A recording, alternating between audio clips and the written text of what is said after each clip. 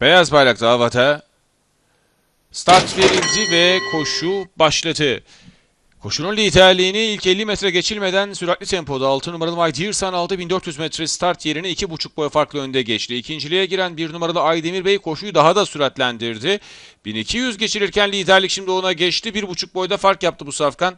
İkincilikte kaldı 6 numaralı Mighty Hırsan. Onun dışında 2 numaralı Distant Rising ve 5 numaralı Grandor birlikte geldiler. Bir boy geride. 5. sırada 7 numarada Suhari var. Onun 1,5 boy gerisinde dış kulvarda 4 numarada El Conquerador. Yarım boy kadar içinde 3 numarada Don Destello. Bariyer dibine yakın 9 numaralı My Secret. Son sırada ise 8 numaralı Cool Girl sırasıyla son 800 metre geçirmek üzere. 1 numaralı Aydemir Bey yarım boy farkla lider. 5 numaralı Glendor ikincilikte. 2 boy gerisinde iç kulvarda 6 numaralı My Dear Son. Hemen dışında 2 numaralı Distant Rising dördüncülükte. 1,5 boy gerisinde onun. 7 numaralı Suhari son 600'ü 5. geçerken 2,5 boy geride. 4 numaralı El Conquerador onun 1,5 boy gerisinde dışta.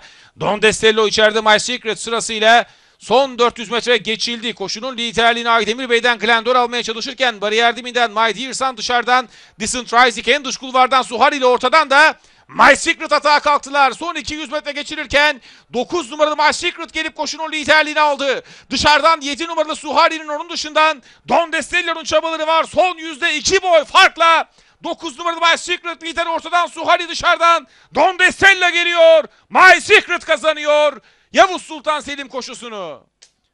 7 numaralı Suhari ikinci bitirdi koşuyu. 8 numaralı Cool Girl'le 3 numaralı Don Destello da üçüncülük için potoyu birlikte geçti.